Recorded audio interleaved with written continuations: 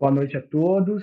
Meu nome é Fábio Guerra, sou o coordenador do Grupo de Defesa Profissional da SPP e é uma satisfação muito grande estar aqui hoje para mais um evento, né, dessa parceria da Universo Doc e SPP. Um grande programa aí de apoio à carreira médica. Ao longo desse mês foram feitas algumas lives com temas muito importantes para a pediatria brasileira. E hoje, certamente, nós estaremos abordando aqui uma situação de extrema importância também para todos nós, que é a Lei Geral de Proteção de Dados e o seu impacto para a área de saúde. Nós sabemos que essa lei ela já está em vigor há cerca de um ano, mas ainda existem muitas dúvidas com relação à sua aplicação, com a forma de trabalhar, principalmente dentro da área da saúde, né? Isso é uma dúvida que a gente tem visto diariamente em questionamentos que recebemos na própria Sociedade Brasileira de Pediatria. Então, eu acho que é um momento extremamente importante para que a gente possa ter informações qualificadas sobre o tema, né?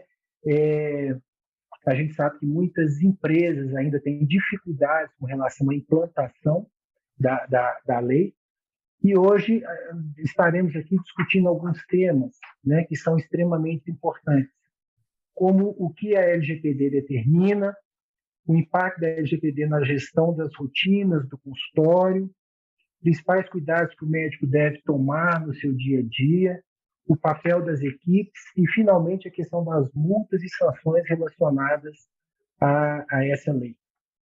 Nós vamos contar aqui hoje com a presença do Dr. Edson Mideral, que é o segundo vice-presidente da Sociedade Brasileira de Pediatria, e também do Dr. Sérgio Boischi, que fará a palestra, que nos fará informações sobre o tema. Acredito que realmente será de extrema importância para todos nós e será um momento de esclarecermos essas dúvidas e saber como que poderemos, de uma forma bastante prática, utilizar, né, e aplicar essa lei no dia a dia da nossa prática profissional. Eu passo a palavra ao Dr. Edson, também para que possa fazer as suas considerações iniciais antes da palestra propriamente dita sobre o tema que será abordado.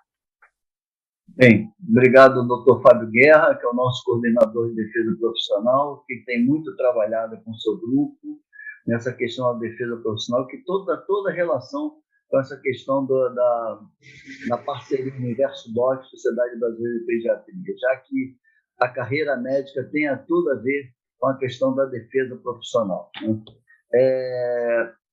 Essa parceria do Universo Doc com a SDP, ela trabalha no centro, como eu falei, da carreira médica. Tem uma ampla produção de material lá no Universo Doc, com diversas produções, vídeos, aulas, tem toda uma produção que os pediatras devem procurar acessar para se orientar em relação a muitas coisas ligadas à carreira médica. A outra coisa, eu queria agradecer à Mustela pelo patrocínio desse evento, né? E dizer que a Sociedade Brasileira de Pediatria ela tem produzido uma quantidade enorme de material também em relação à questão do atendimento à criança e ao adolescente, tem trabalhado na defesa da criança e do adolescente, né?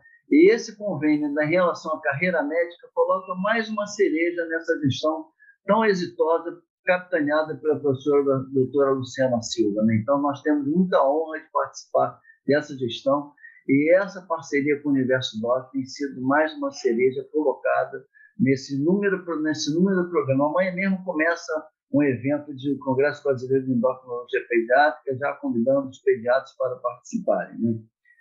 Nosso palestrante é o Sérgio Boischi, ele é engenheiro com pós-graduação em finanças e é sócio da Comp9. Ele vai falar da LGPD e o impacto para a área da saúde. A própria Sociedade Brasileira de Pediatria tem trabalhado bastante nessa questão da proteção de dados, principalmente dos nossos associados. Já vimos trabalhando e estamos implementando, tanto que eu convidei até alguns colaboradores da Sociedade Brasileira para assistir o Dr. Sérgio Boischi, para que a gente possa também a sociedade possa usufruir dessas informações que, com certeza, serão extremamente importantes. Doutor Sérgio Bosco, por favor, a palestra é sua. Muito obrigado pela sua participação. Boa noite, pessoal. Boa noite a todos. Muito obrigado, doutor Fábio, doutor Edson. Agradeço à Sociedade Brasileira de Pediatria, a Universo Doc, a Mustela, pelo convite. Queria dizer que eu estou muito contente de estar aqui nessa casa, que a pediatria é uma coisa muito ligada com a minha família, né? Meu tio-avô, Renato Voisky, foi professor em vários locais, e minha mãe, que era também pediatra, Valderiza Gomide, que exerceu a profissão por mais de 50 anos. Então, pediatria é uma coisa que está na nossa família. Vamos lá. Eu vou falar sobre a Lei Geral de Proteção de Dados e qual a visão geral, impactos. Vou abordar alguns aspectos da legislação. Não vou entrar em muitos detalhes. Eu vou trazer aquilo que eu acho que é o fundamental que as pessoas têm que conhecer. E depois eu vou trazer algumas recomendações e algumas orientações que servem para os empresários em geral, mas eu vou trazer algumas coisas específicas aqui voltado para a área médica. Muito bem. Lei Geral de Proteção de Dados. Ela existe desde setembro de 2020. Uma parte dela entrou em vigor agora em agosto de 2021, que são chamadas as sanções administrativas. Por que precisa de uma lei de proteção de dados? Bem, a quantidade de informação, de dados que as empresas, as entidades em geral têm sobre nós é muito grande. Quando começa a acumular muitos dados sobre as pessoas físicas, há uma ameaça à privacidade das pessoas. E por isso que foi criada essa lei. Na verdade, isso vem na esteira de algo que já é discutido há muitos anos na Europa. Há mais de 30 anos existem leis lá de proteção de dados. E em 2018, como eles já padronizaram muita coisa lá na Europa, eles resolveram também padronizar a lei deles. Fizeram uma única legislação para todos os países. Essa legislação é conhecida como GDPR. Então, a nossa legislação, a LGPD, veio um pouquinho depois, e ela é derivada dessa legislação europeia. Mas tem as suas peculiaridades. Então, eu vou apresentar primeiro alguns conceitos para a gente entender o funcionamento e algumas coisas que a gente vai discutindo no meio do caminho. Esses conceitos iniciais são bem importantes. A primeira coisa que eu vou falar é sobre o dado pessoal. Então, o dado pessoal é aquele dado que identifica uma pessoa. Normalmente, são os dados cadastrais. Então, a gente pede nome, endereço de e-mail, telefone. Nós temos um conjunto enorme de números aqui no Brasil, o SIC, o RG, o registro do Conselho, carteira de trabalho, PIS.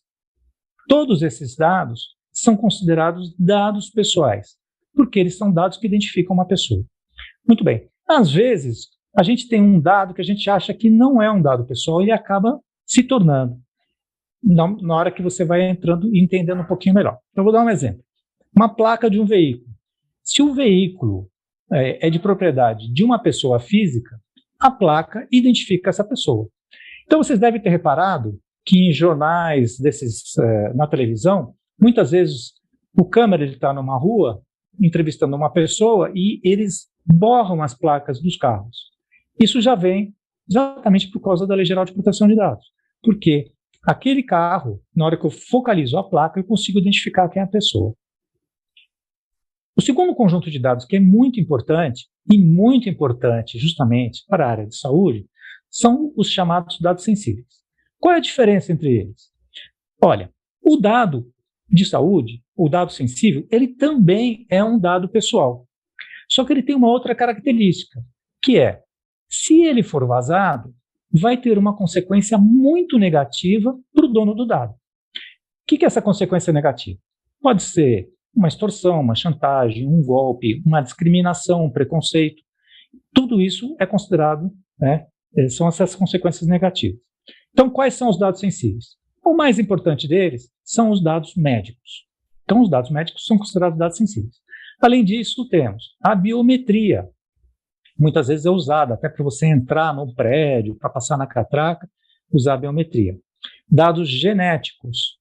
Depois, dados sobre orientação e atividade sexual. Dados sobre etnia, sobre raça, sobre religião. Então, se a pessoa tem alguma orientação religiosa, se faz parte de uma igreja, uma orientação política, se ela faz parte de um partido político, de um sindicato. Todos esses tipos de dados são considerados os dados sensíveis.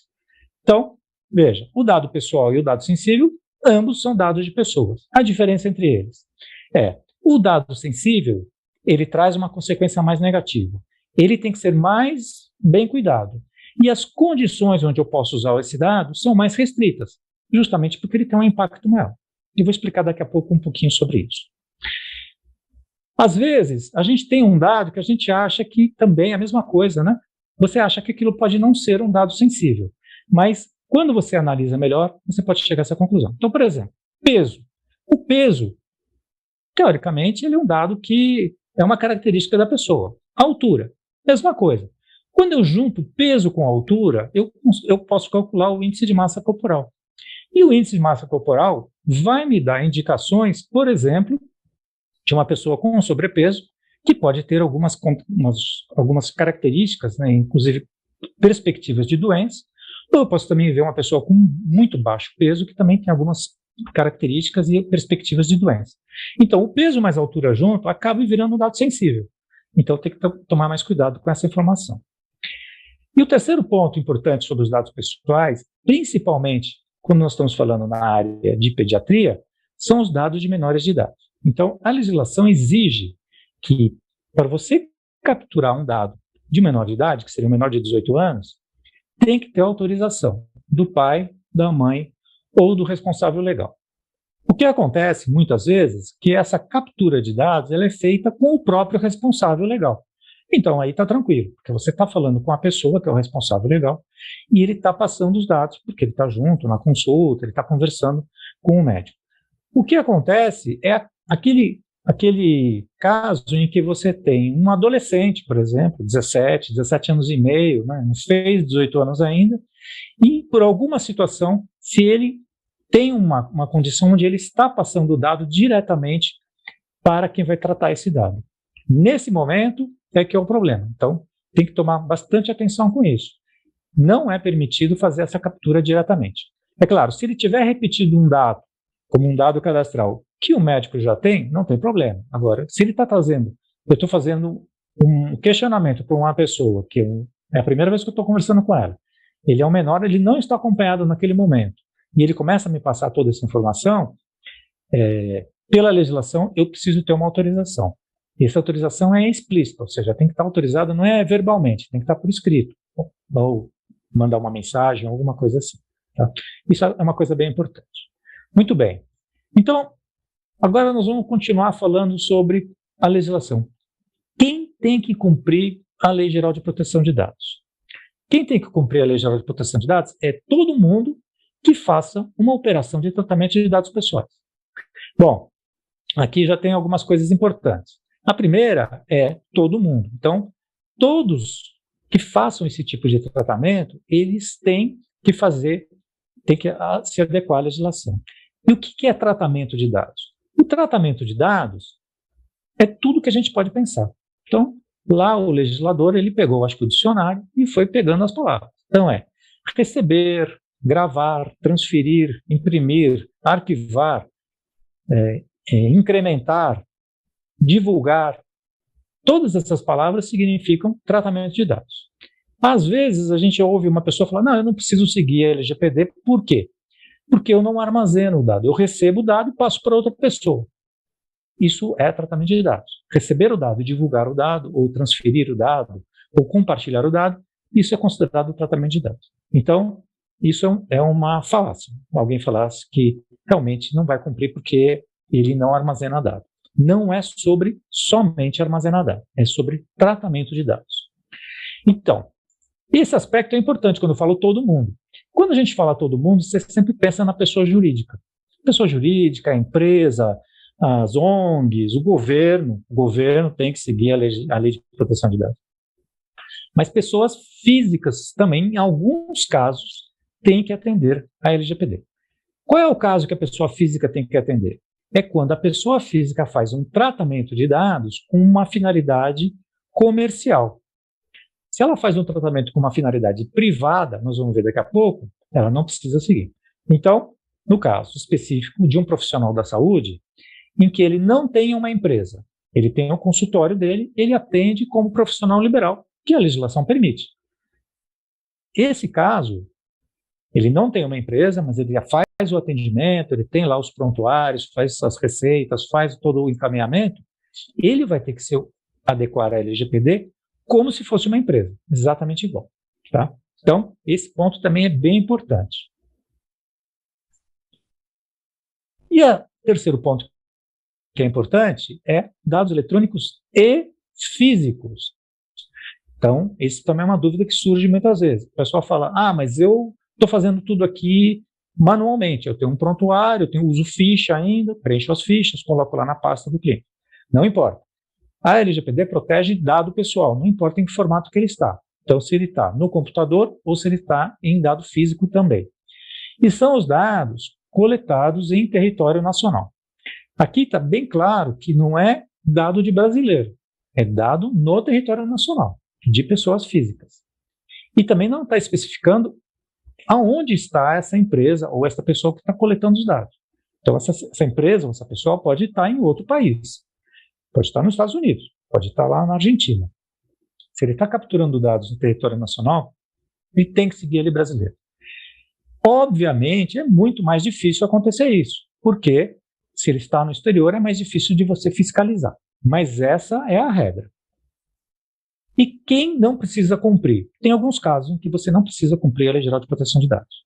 O primeiro deles é para uso particular da pessoa física. Então, nós todos aqui, pessoas físicas, temos o nosso celular, que a gente usa, às vezes profissionalmente, mas muitas vezes de maneira particular. Tem os nossos parentes, os nossos amigos, endereço de e-mail, número de telefone. Então, para esse uso particular, eu não preciso seguir a LGPD.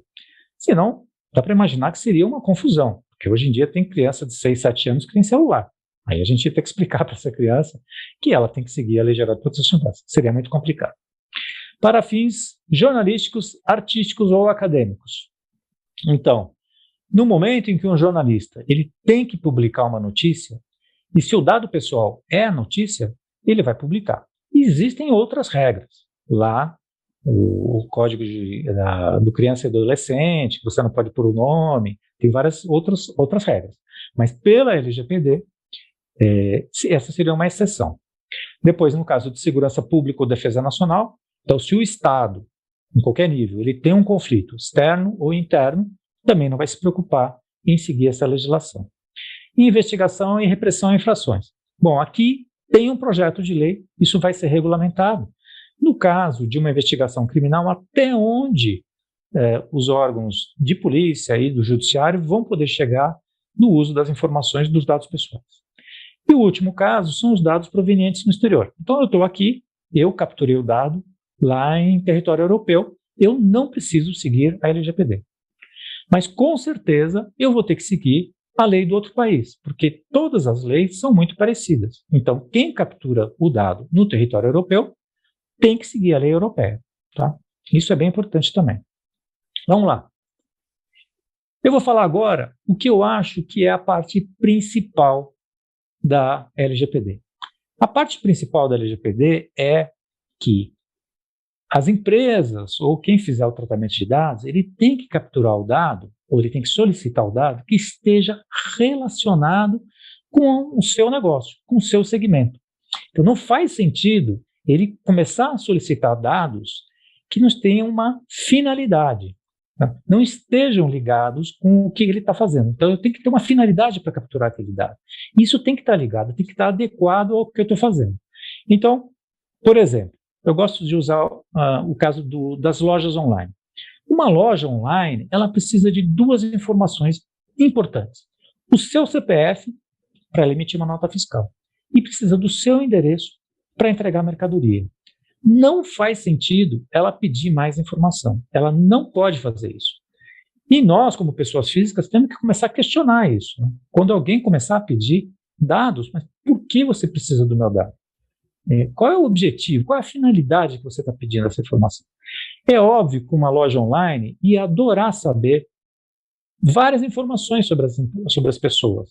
Gostaria de saber se tem problemas de saúde para oferecer coisas específicas, se tem algum tipo de dificuldade de mobilidade, quantos filhos, que idade dos filhos, se está na escola, se não está na escola.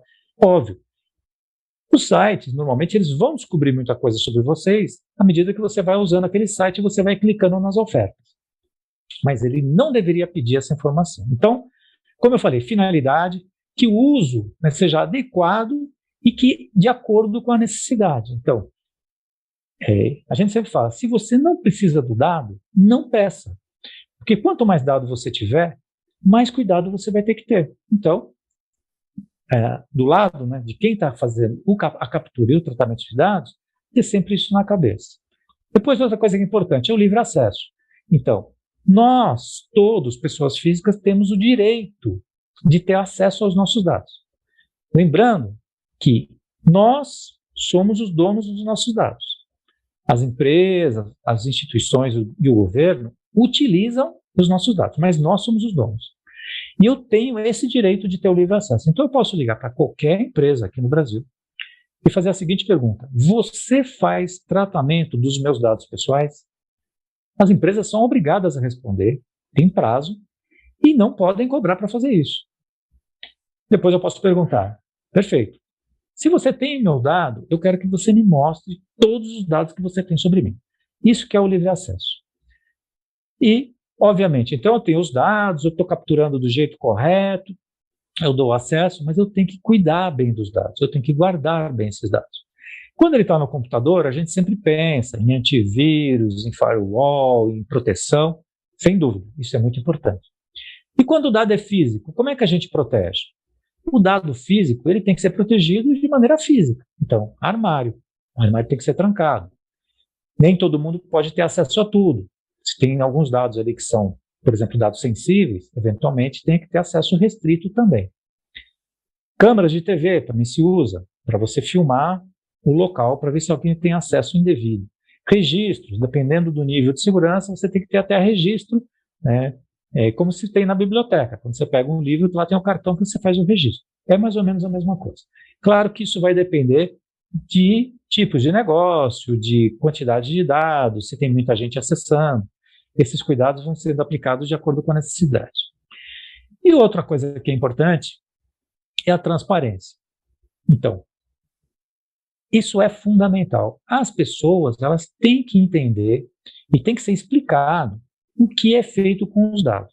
Então, uma maneira boa de fazer isso é a chamada política de privacidade. Então, quem navega um pouco mais na internet deve perceber que nos últimos meses, cada vez mais comum, eu entro a primeira vez num site e já aparece lá embaixo uma pergunta. Aqui, clique aqui, minha política de privacidade, minha política de cookies. Por que eles estão fazendo isso? Por causa da LGPD. E não é só no Brasil. Quem navega em sites no exterior também está percebendo a mesma coisa pela legislação, principalmente a europeia e do estado da Califórnia. Então, a transparência é muito importante. E a política de privacidade, aquela que vai no site, é ela que conta como os dados são capturados, com quem são compartilhados, o que é feito com esse dado, por quanto tempo você guarda. Tudo isso é especificado nesta política de privacidade. Então, por isso que a gente está vendo aí no mercado essa movimentação de aparecer esses avisos em todos os sites. Agora eu vou conversar com vocês sobre os agentes. Quem são os termos que eventualmente vocês ouçam até em alguma reportagem que foram definidos na LGPD? O primeiro agente é o titular. Como eu comentei, o titular é o dono dos dados. Então, o titular somos nós. As pessoas físicas somos os titulares dos nossos dados. Depois vem duas figuras, que é o controlador e o operador. Eu só vou passar bem por cima disso daqui, são conceitos um pouco mais específicos, mas bem importante para a gente entender a relação entre eles. O controlador é aquele que decide o que vai ser feito com o dado. Então, ele recebe um dado, ele tem uma decisão. O que ele quer fazer com aquele dado? Ele quer processar ele mesmo? Ele quer passar para alguém processar?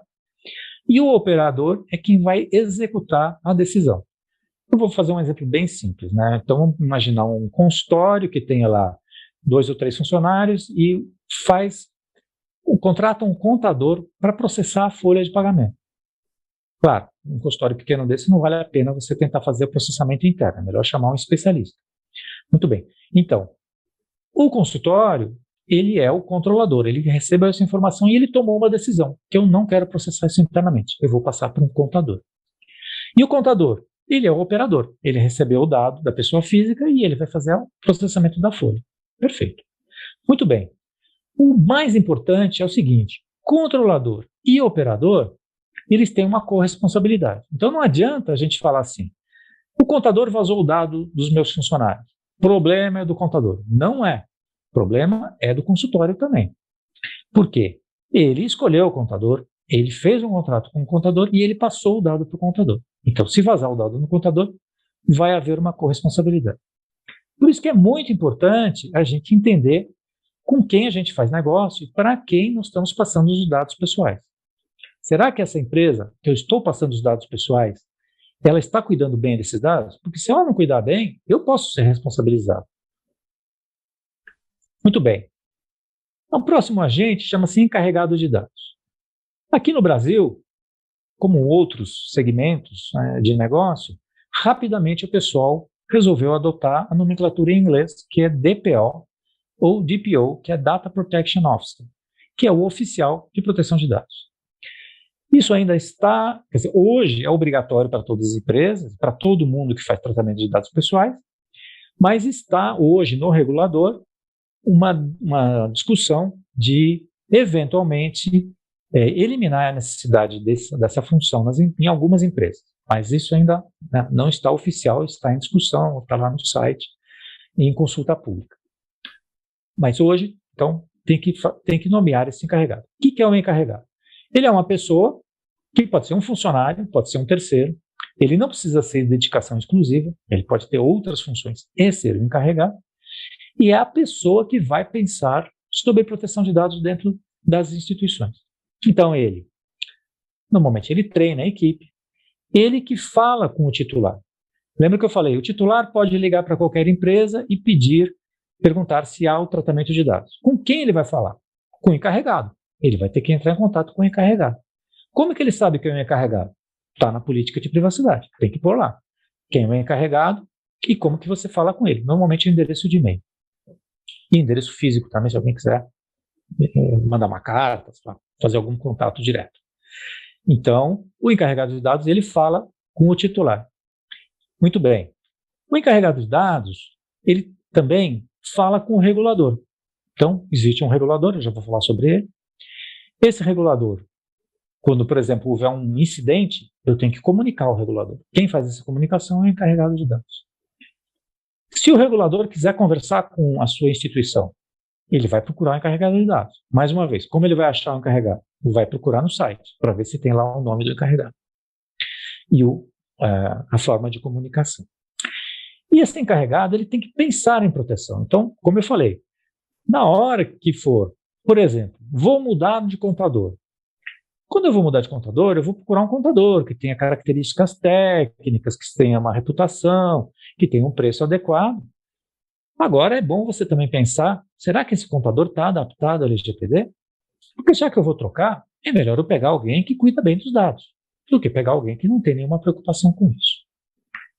E o último agente é a chamada Autoridade Nacional de Proteção de Dados, a ANPD. A ANPD já existe, ela foi criada e ela está lá em Brasília, tem um site, está fazendo muitas coisas já. Ela tem basicamente 3 funções. A primeira é fiscalização. Ela vai fiscalizar, então, as empresas, as pessoas físicas, ou seja, ela fiscaliza quem tem que cumprir a LGPD. Ela regulamenta. A lei é bem extensa, mas ainda tem muitos pontos que precisam ser detalhados. Até porque falta experiência para muita gente aqui entender exatamente o que o regulador está querendo. E ele vai aplicar sanções. Então, esse órgão também ele tem esse aspecto punitivo. Muito bem. Bom, eu expliquei lá os 2 tipos de dados. É o dado pessoal e tem o dado sensível. A legislação, ela definiu lá uma listinha para cada um deles, de condições onde eu posso usar esse dado. Então, veja, a lei é uma lei de proteção, não é uma lei de proibição. Se eu tiver lá essas condições dessa listinha, eu posso usar o dado tranquilamente. Se eu não tiver, eu tenho que pedir uma autorização. Essa autorização chama-se consentimento. Essa listinha que eu falei, de situações onde a gente pode usar o dado, que tem uma listinha para o dado pessoal e uma listinha mais restrita para o dado sensível, é a chamada base legal. Então, a ideia, quando a gente olha os dados de uma instituição, é ver se para cada tipo de dado que ela pega, de alguma fonte que venha, se ela tem uma base legal para pegar esse dado. Eu vou exemplificar aqui rapidamente. Por exemplo, eu posso pegar dado para proteger o crédito. Então, um banco, quando dá um financiamento, uma seguradora, quando ela dá um seguro-fiança, ela pede dados do imposto de renda, pede dados de rendimentos, propriedades, porque ela precisa dessa informação para ela se proteger. Então, tranquilo, pode pedir essa informação, não precisa de autorização dessa pessoa. Eu preciso talvez eu possa pedir informação porque eu tenho uma obrigação legal. Então, eu tenho um funcionário, eu preciso registrar no e-social. O e-social é uma obrigação legal. E o e-social pede muitas informações. Então, eu vou falar para o funcionário, você precisa me dar esse dado, porque se eu não cadastrar você no e-social, eu não consigo pagar. E também porque eu tenho que cumprir uma obrigação legal. Então, eu sou obrigado a fazer isso. Eu não preciso de autorização sua para isso. Ou para executar um contrato, a mesma coisa. Eu vou rodar a folha do meu funcionário. Eu tenho um contrato de trabalho com ele. Ele precisa me dar dados. Ele precisa me dar os dados bancários, ele precisa me dar o CPF dele. Senão, eu não consigo executar esse contrato que eu tenho com ele. Especificamente, a legislação menciona serviços de saúde. Então, os serviços de saúde podem pedir tanto os dados pessoais como os dados sensíveis para profissionais de saúde para fazer tratamentos de saúde. Então, no caso do profissional de saúde, existe uma coisa bem específica de poder fazer a captura desse tipo de dado. Depois tem esse aqui é um meio coringa que foi colocado na legislação, que também vai ser mais regulamentado, que é o chamado legítimo interesse, que é basicamente o legítimo interesse que eu tenho de divulgar novos serviços para os meus clientes. Então, eu tenho uma clínica, e eu tenho uma clínica, por exemplo, que faz vacinas, e agora eu tenho uma vacina nova, que acabou de chegar, uma coisa super recente. Então, eu já tenho todos os meus pacientes que costumam regularmente fazer vacina comigo, agora eu quero anunciar uma nova vacina. Então, eu tenho um legítimo interesse de falar com o meu cliente para divulgar um novo serviço, um novo produto. Muito bem. Tem mais alguns casos, eu não estou citando todos, e também não estou separando, né, as listinhas, o que é pessoal, o que é sensível, eu estou mostrando de uma maneira geral. Mas a ideia é essa, a gente olhar os dados e ver se tem essas bases legais. E se eu não tiver a base legal, eu tenho que pedir o consentimento. Então, eu vou falar, funcionário, eu preciso do seu, ou se fosse o caso de um paciente, como eu falei, paciente tem uma base legal, né? Mas vou falar do caso do funcionário. Funcionário, eu preciso de um dado, fazer um tratamento diferente do seu dado, eu preciso do seu consentimento. Então, vou dar um exemplo bem simples. Vem uma loja e oferece desconto e pede para vocês, passa o nome e os telefones e os e-mails dos seus funcionários que eu vou ligar porque eu estou dando desconto. Não pode. Não existe uma base legal para fazer isso. Eu não tenho uma execução de contrato. Nada me obriga legalmente que eu arrume desconto em loja, ou arrume desconto em academia, ou arrume desconto em restaurante por quilo. Tá? Para eu fazer isso, eu preciso ter uma autorização. Eu preciso pedir o consentimento do funcionário e falar assim, funcionário, me dá o consentimento. E é específico. Para cada uso, eu tenho que pedir um consentimento. Então, eu vou fazer consentimento para a loja, depois eu tenho que pedir o consentimento para a academia, o consentimento para o restaurante por quilo, para eu poder fazer esse compartilhamento de dados. Normalmente, a solução seria inverter. O próprio funcionário passa o dado para essas entidades. Então, ele vai lá no local, mostra o crachá e fala, eu sou funcionário e dê um desconto. Ou você manda um e-mail para o seu funcionário com um link e fala, você clica nesse link, entra lá no site da academia e você passa o seu dado para ele, mas eu não passo. Então, esse é o ponto importante. Lembrando, né, quando eu pego o dado, eu preciso ver.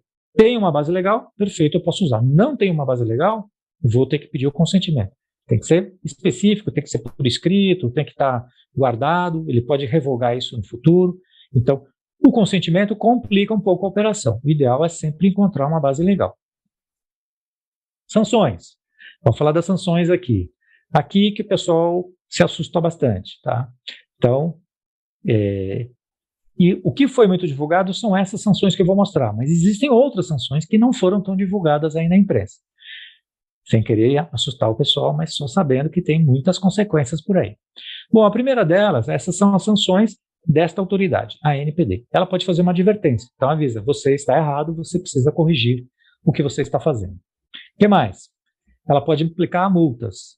Na verdade, são 2 tipos de multa. A mais famosa é a tal da multa de 2% até 2% do faturamento do ano anterior, com um teto de 50 milhões. Então, veja, não é uma multa de 50 milhões, é até 50 milhões.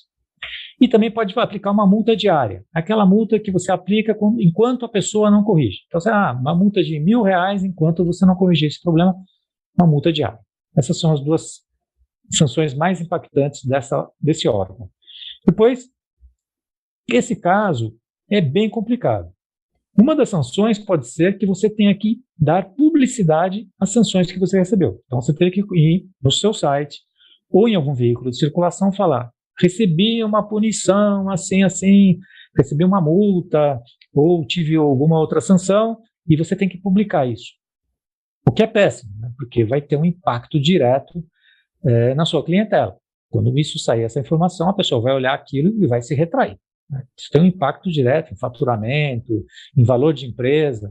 É muito complicado essa sanção. Depois ela pode pedir o bloqueio ou a eliminação dos dados. Então você está usando uma base de dados e esse órgão fala assim: olha, sinto muito, você não pode mais usar essa base de dados, você vai ter que apagar essa base de dados. Tá?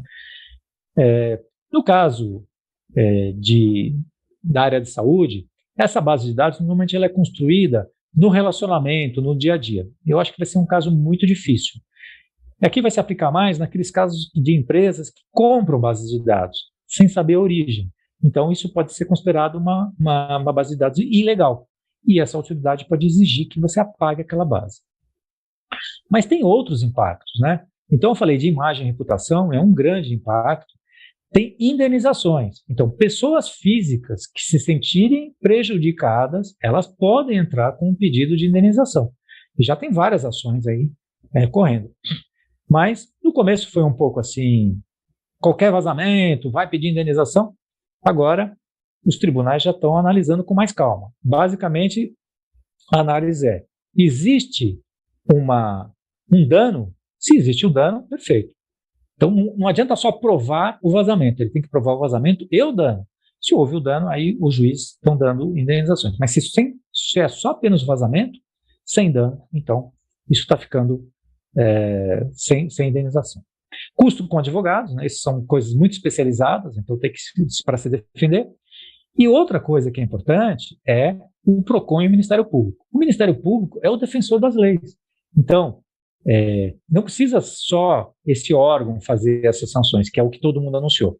O Ministério Público e o PROCON, eles já atuam nesse segmento mesmo antes de existir a Lei Geral de Proteção de Dados. Eles se baseavam no Código de Defesa do Consumidor. Então, bancos de comércio online foram multados antes da LGPD por acordo com o Ministério Público ou multados pelo PROCON por ter problemas de vazamento de dados. E o Ministério Público e o PROCON estão no Brasil inteiro. É diferente desse órgão que está lá em Brasília, que deve ter lá seus 70 funcionários. Então, eu vejo um risco muito maior hoje de Ministério Público e PROCON entrarem, e aí são medidas judiciais, do que a ANPD, que são medidas administrativas que depois podem se tornar judiciais. Mas, tá aí. Esses são os 3 pontos de risco, né? Então, as pessoas são as pessoas físicas, a ANPD e o Ministério Público. Eu vou trazer 2 exemplos rapidamente. Esse foi um caso aqui na cidade de São Paulo, no ano passado, 2 semanas depois de sair a lei. A Cyrela é uma grande construtora, está aqui no portal da Globo, né? Cyrela é multada em 10 mil por infração à Lei Geral de Proteção de Dados. Veja, na verdade foi uma indenização. E isso, quando foi julgado em segunda instância, que obviamente a empresa recorreu, a sentença foi revertida. Porque isso foi um caso de vazamento, né? Um cliente comprou um apartamento e teve seu dado vazado. Esse problema de vazamento ocorreu antes do início de validade da LGPD. Então, com isso, o juiz entendeu que não poderia retroagir. E esse outro caso, esse é do Ministério Público. Então, veja, aqui não existia nem a ANPD ainda. O Ministério Público do Distrito Federal, que é muito atuante nesses assuntos, ele conseguiu a suspensão de forma liminar de um serviço da Serasa. Então, a Serasa, conhecida por vender informações de crédito de empresas, e ela, também de pessoas físicas, né? Ela estava vendendo o dado da pessoa física para fazer prospecção. Então, você ia lá, fazia um filtro e comprava lá, pagava, sei lá, 98 centavos por nome, e você tinha um nome, endereço, um e-mail, para você fazer algum tipo de mala direta ou ligação de prospecção. O Ministério Público entendeu que estava ferindo a LGPD. Essa ação ela já foi julgada em primeira instância e foi confirmada a liminar. Então, uma empresa foi lá, investiu em tecnologia, em treinamento, em divulgação, e foi impedida de fazer a comercialização desse serviço por uma questão da justiça, com baseado na Lei Geral de Proteção de Dados. Muito bom, estou indo para a parte final agora, eu vou falar algumas coisas que têm que ser feitas. Algumas coisas são mais simples, algumas coisas são um pouco mais complexas, tá? Mas assim, não é um bicho de 7 cabeças, e a gente sempre fala, o importante é fazer coisas básicas e fazer as coisas básicas bem feitas. Ciência espacial é necessário de acordo com o tipo do negócio. Então, se a gente fala de uma empresa de cartão de crédito que opera milhões de operações por dia, com um monte de dados de pessoa física, é uma coisa. Um consultório médico, que é um médico ou dois, com uma recepcionista, é outra coisa. Não dá para aplicar as mesmas soluções. Agora, no meio do caminho, por exemplo, para ter um hospital geral, com várias especialidades, com muita gente entrando e saindo, é outro nível de proteção. Vamos lá. Uma coisa que é bem importante é a gente entender quem são os nossos fornecedores, principalmente aqueles onde a gente passa dados. Por quê? Porque a gente vai ter que se proteger em relação a eles. E também os aplicativos que a gente usa. Então, hoje nós temos muitos serviços que estão assim, como a gente fala, da nuvem, né? Até prontuário eletrônico, sistemas de reserva, de consulta, tudo isso na nuvem. Tem que entender bem quais são e o que esses aplicativos fazem com os dados pessoais que a gente está cadastrando lá. Depois a gente precisa entender bem o caminho dos dados, o que muita gente chama de mapeamento. Então, por que eu preciso entender? Eu preciso saber como o dado entra, como ele chega. A pessoa é oral, a pessoa vem e fala para mim, ela preenche uma ficha, ela manda um exame por WhatsApp, ela manda um exame por e-mail. Eu preciso entender como o dado chega. E na hora que eu começo a entender como o dado chega, eu começo a entender quais são as bases legais. Será que eu posso usar esse dado? Aquilo que eu expliquei agora há pouco. Exatamente. E aqui eu vou confirmando a base legal. Então, esse dado eu recebo dessa maneira, eu faço esse uso. Então, perfeito. Eu estou fazendo um atendimento médico, eu tenho base legal para pegar esse dado, sem problema nenhum. E esse outro dado? Esse outro dado eu recebo dessa forma, eu faço isso, assim, assim, assim. Tenho base legal? Não tenho? Preciso do consentimento? Não preciso? Por isso que é importante o mapeamento. Muito bem, política de privacidade no site. Então, é importante deixar bem claro, né, como faz, o que faz com o dado, como é que captura, quais são as finalidades, com quem compartilha, bem importante. O que mais? Política de segurança da informação. Claro, isso vai variar do tamanho. Quando você tem um caso onde você tem uma estrutura de tecnologia um pouco maior, é importante. A política de segurança da informação é uma política interna, ela é voltada para os seus colaboradores, onde você vai dizer o que pode e o que não pode fazer com os recursos de tecnologia. Principalmente esse mundo que a gente vive. Então, assim, olha, não clique em links estranhos.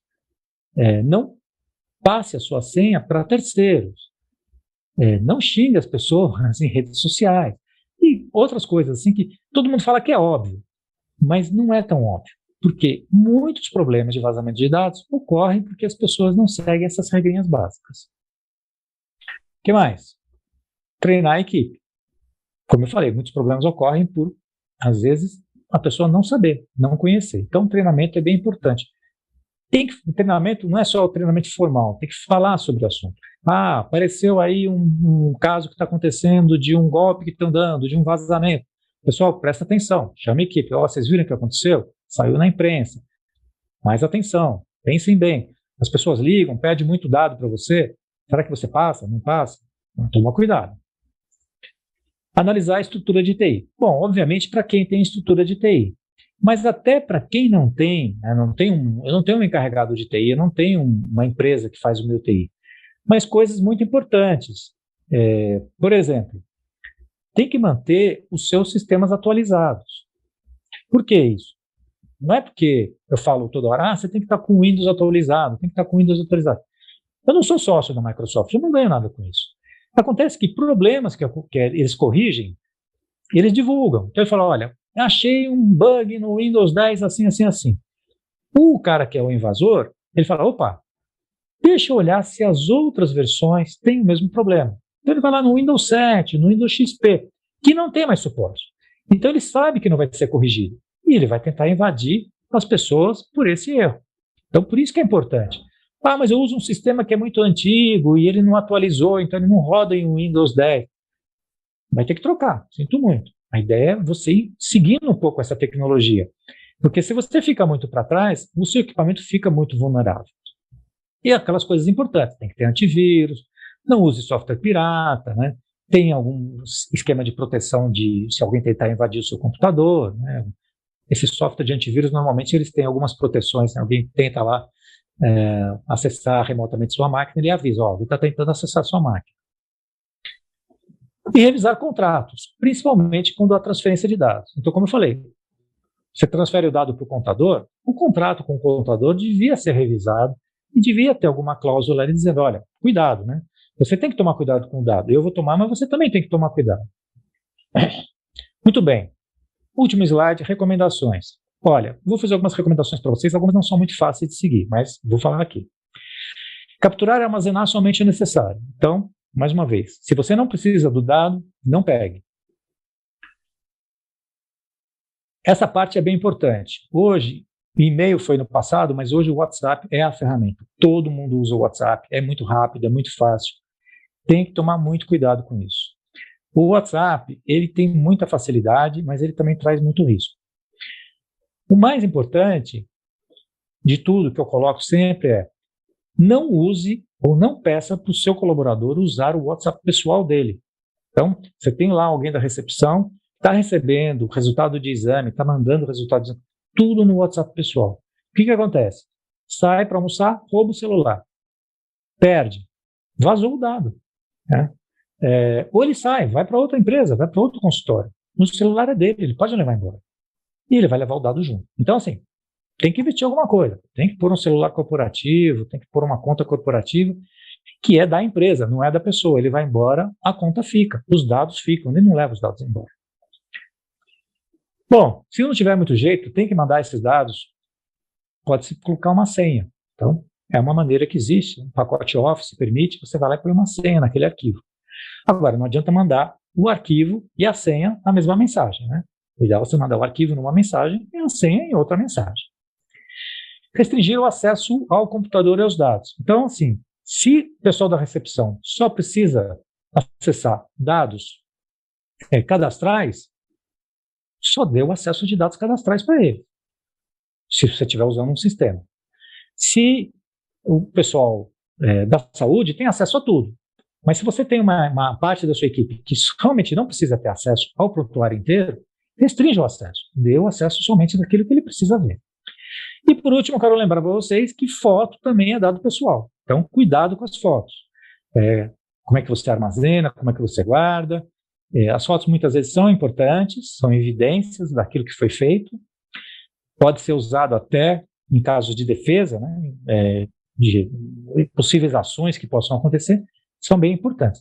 Mas lembre que foto é dado pessoal, imagem é dado pessoal. Então, câmera de TV, você tem câmera, se grava a imagem lá do pessoal entrando e saindo do consultório, lembra que isso também é dado pessoal, também tem que ser protegido. Bom, eu acho que já falei bastante, eu acho que já cumpri aí os meus 40 minutos, e eu gostaria de passar aqui, deixa eu fechar nesse último slide, gostaria de passar aqui a palavra para o Dr. Edson, saber se tem alguma pessoa fez alguma pergunta, se tem algum questionamento aí da turma, para a gente abrir esta sessão de perguntas e respostas. Sérgio Bush, parabéns pela sua excelente palestra. Tem sim perguntas sim, tá? Inclusive uma bem em cima do que você tinha falado, agradeço, foi muito bom, foi excelente. Essa questão da LGPD é muito complexa, né? Nós temos que já havia alguma coisa trabalhando em relação a isso, mas agora e não há uma certificação, né? Na verdade, você tem que trabalhar isso, aprendendo e buscando o máximo possível de segurança em relação aos dados. Você quer vocês terem no seu consultório particular, quer esteja numa clínica, quer esteja numa associação, né? Então, não é simples. Eu acho que, nesse momento, se a gente tem dúvida em relação a enviar algum dado, pensa bem, se tiver dúvida, não manda. Eu acho que É isso mesmo. eu ficaria mais nesse lado assim. Tem uma pergunta aqui do Dr. Carlos. Há algum problema de eu tirar fotos durante a consulta e postar nas redes sociais? Praticamente você já respondeu, mas... Então, lembra, né? A foto, se você, nós estamos falando do consultório de pediatria, provavelmente vai ter um menor de idade, né? Então, para você fazer esse tratamento de dado de um menor de idade, você precisaria de uma autorização do pai, da mãe ou do responsável legal. É um deles, não um dos três, tá? Foto, eu acho que é sempre prudente, se for foto até para trabalho, para congresso, sempre prudente. Eu sei que os comitês de ética dos hospitais e das entidades sempre, antes de validar os trabalhos, exigem, né, que tenha as autorizações, né, para utilização de imagem, mas como regra geral, a minha recomendação é sempre pegar autorização para utilização de foto. A outra questão, doutora Adriana, quais os cuidados devem ser tomados com esses sistemas online de reserva de horário de consulta?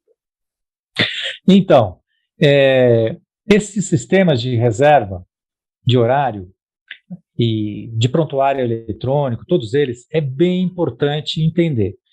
Eu acho que, por um lado, é o futuro, eu acho que é o caminho, dá uma mobilidade muito grande, então o profissional da saúde ele pode acessar os dados, ele está numa emergência, ele não está num consultório, ele está em outro local, às vezes pelo próprio celular ele consegue acessar um exame, até a imagem ele consegue ver. Então, por esse lado, ele é muito, muito interessante.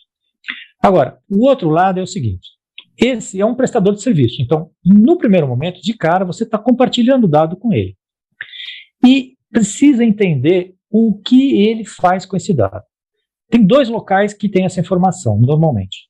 Um é a política de privacidade, que ele é obrigado a colocar, e o outro, como é um serviço que ele presta, existem várias condições, normalmente tem um negócio chamado termos de uso, ou um contrato de prestação de serviço. Pode ser um ou outro, né?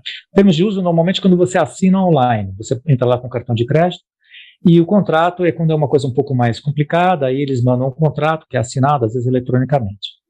Precisa entender muito bem, porque esses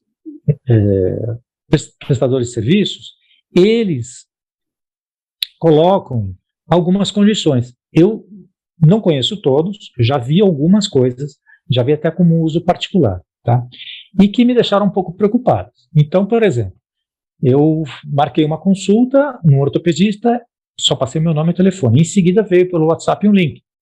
Completa esse cadastro aqui que você vai ajudar o médico na hora que você já vai chegar com a informação toda completa. Bom, como eu sou da área, obviamente, né, fui lá e li o que estava escrito lá. E estava escrito que ele compartilharia meus dados com terceiro. Então, veja, uma coisa que eu poderia imaginar que quando eu cadastrasse meu dado estaria restrito àquele médico com o qual eu fiz o agendamento da consulta, o site estava me dizendo que ele poderia compartilhar com terceiros, que serão terceiros não relacionados, né? Porque o terceiro, existem alguns terceiros que ele vai ter que compartilhar mesmo, ele vai ter que colocar o site dele lá num fornecedor da Microsoft nos Estados Unidos. Bom, ele está compartilhando com a Microsoft, tudo bem. Esse eu aceito. O que eu não aceito, ele passar meu dado, por exemplo, para um outro médico, para uma farmácia, para um laboratório. Isso eu não aceito. Tá? Então, esse é um cuidado que tem que se tomar. Tem alguns casos, isso eu já não vi, mas foi um médico que comentou comigo, que era um esquema de busca de profissional. Então, você entrava lá numa plataforma que você ia encontrar profissional, e quando você encontrava, você já fazia o agendamento da consulta. E também lá nos termos e condições, a plataforma deixava claro que é o seguinte, quem era o coordenador e quem vamos chamar assim, o controlador, né? Se fosse um banco, seria o custodiante do dado, não é o médico, é a plataforma. Então, na hora que você está usando uma plataforma dessa, ela está dizendo o seguinte, olha, o paciente não é seu, o paciente é da plataforma. Só que o paciente não sabe disso. E ele pode pegar essa informação e usar para outra coisa. E você tem uma consequência depois que o seu paciente vai falar, puxa vida, mas eu cadastrei lá naquele negócio para achar você e meu dado surgiu em outro lado agora. E veio de lá, mas estava escrito lá na plataforma que ele fazia isso, né? Então, por isso eu acho muito importante, essa é a minha maior recomendação. Entendam bem o que essas plataformas fazem. É um texto longo, às vezes é meio chato de ler, se for o caso, pede para algum colega aí para ajudar, talvez um advogado, mas tem que entender bem o que essas plataformas fazem com os dados que vocês vão colocar lá.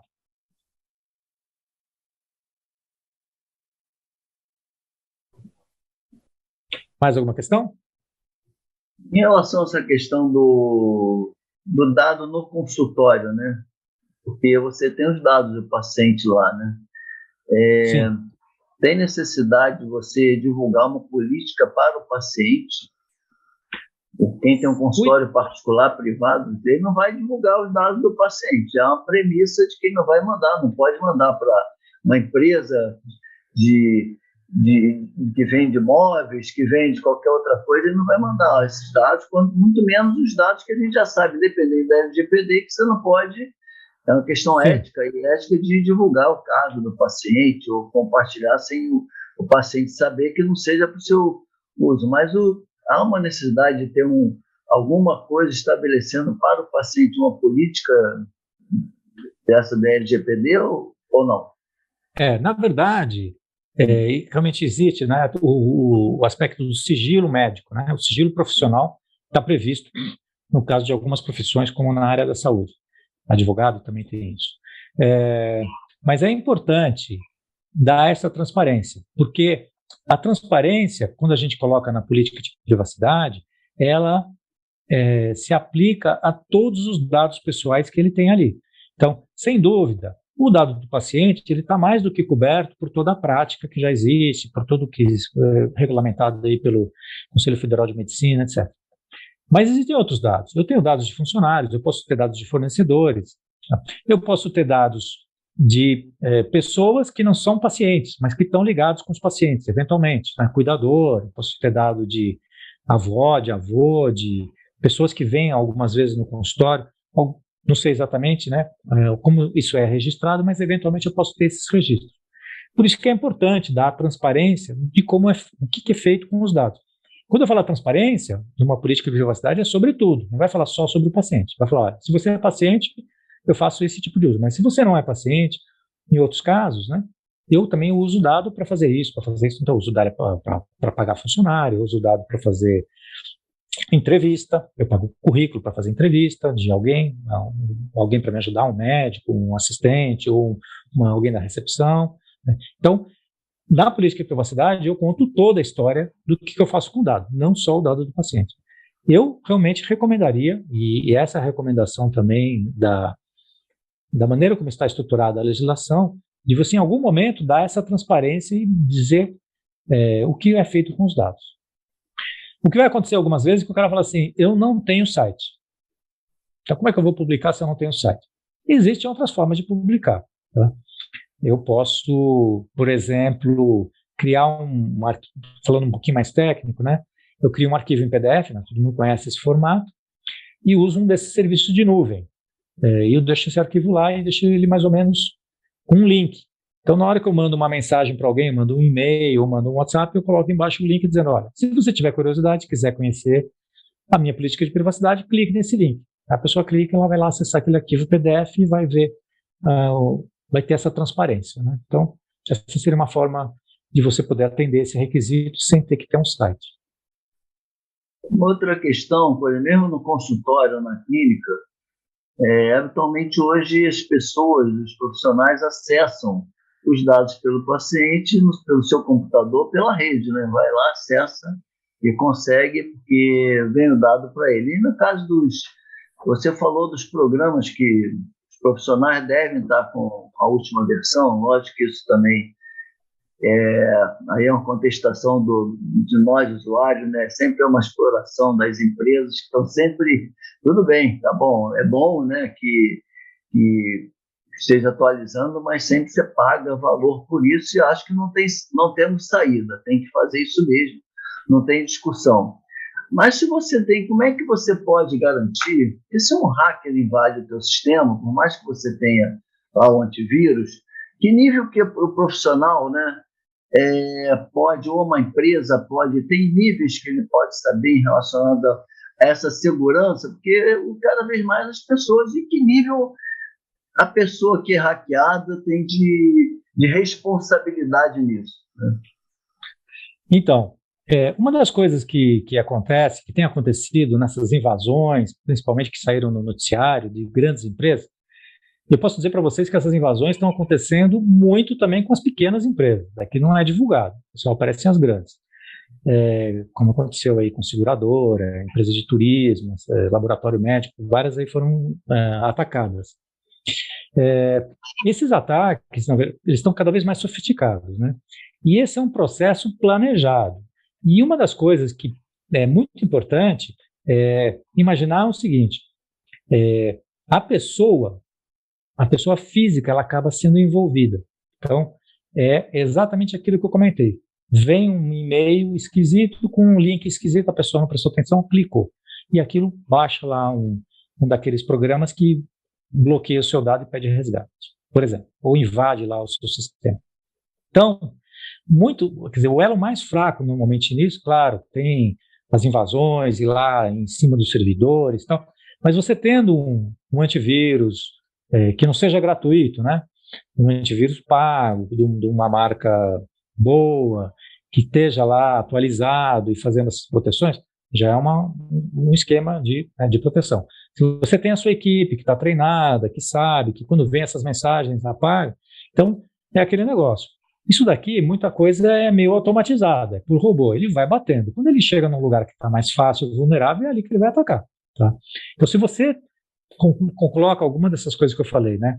Tá com seus sistemas atualizados, tem um bom antivírus, tá com a sua máquina também atualizada, os pessoal que trabalha com você está antenado, sempre ligado com esse negócio de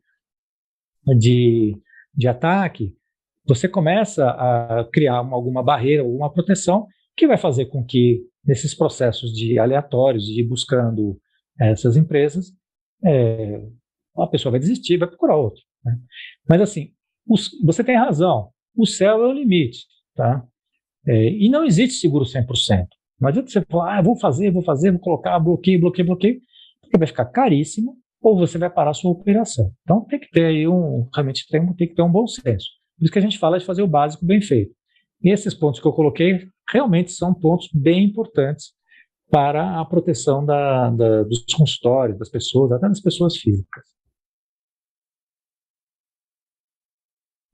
Sérgio, a gente está chegando ao final. Queria que você fizesse as considerações. Acho que você, sendo filho de pediatra, né, tendo vivido isso, ajuda muito na tua ligação com a área da saúde, tá? Parabéns. Sem dúvida. Os pais são pessoas de relevância na pediatria brasileira, muita relevância, tá? E queria que você fizesse suas considerações finais e, mais uma vez, agradecer a tua brilhante palestra e suas recomendações muito interessantes. Por favor. Muito bom. Então, eu queria agradecer novamente aqui a participação, Dr. Fábio, Dr. Edson, Sociedade Brasileira de Cirurgia Plástica, Universo Doc, Mustela. Foi um prazer aqui conversar com vocês. Eu estou colocando esse slide aqui com meus dados pessoais. Alguém tiver alguma dúvida, alguma questão, estou à disposição para responder, poder encaminhar aí na medida do possível, o que for, né, o que der para passar para as pessoas, orientá-los. E me coloco à disposição. Esse é um assunto que ainda vai progredir bastante e vamos ter ainda mais deliberações aí dos reguladores. Mais para frente, se quiserem, podemos voltar aqui e conversar. E foi um prazer estar aqui com vocês. E boa noite a todos. Muito obrigado. Eu queria, mais uma vez, fortalecer essa nossa parceria, Universo Doc SBP, uma parceria de sucesso. Agradecer o nosso patrocinador, Mustela, e agradecer a Facta. Em nome da doutora Luciana Silva, dou por encerrada essa sessão. Muito obrigado, uma boa noite a todas e todos.